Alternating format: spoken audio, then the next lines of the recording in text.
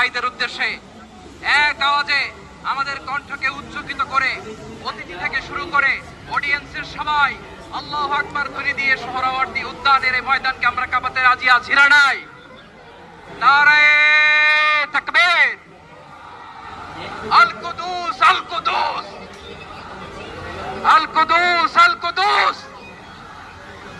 আমার ভাই শহীদ কেন? জাতিসংঘ জবাব চায়। গাজায় গণহত্যা কেন? জাতিসংঘ